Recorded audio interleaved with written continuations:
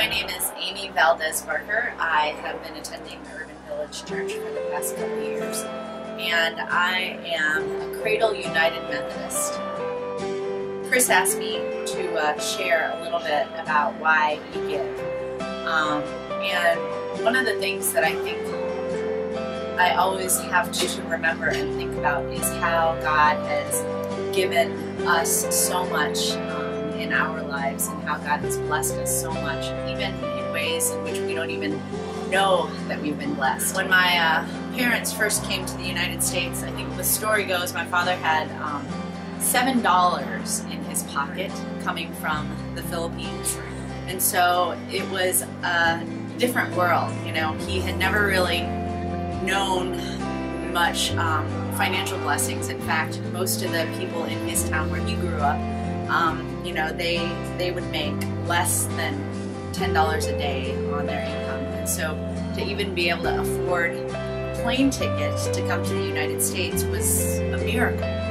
When he tells us that story of how God has always been in his life and how God has always led him, it has filled him with such joy and such feeling of blessing that he feels compelled to give, and that's how he has always seen his life with God. And so that's the message that he gave back to us, that through this relationship with Jesus Christ we are incredibly blessed, and in it we're just so given so many blessings that God just compels us to give back to others. And so giving of our time, our energy, our resources is just part of that relationship that I think is strengthened the more we come to a relationship with Christ. When I actually faithfully give the portion that God has invited me to give,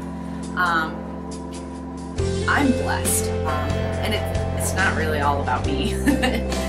But I just think that the more I discover my relationship with God and my identity in God, the more I just want to share that love and that grace and those gifts with others. And so I hope that as you discover your relationship with God, you will find your heart strangely warm, and you will find a way to share the many blessings and the many resources that you have with others, because God will continue to bless you.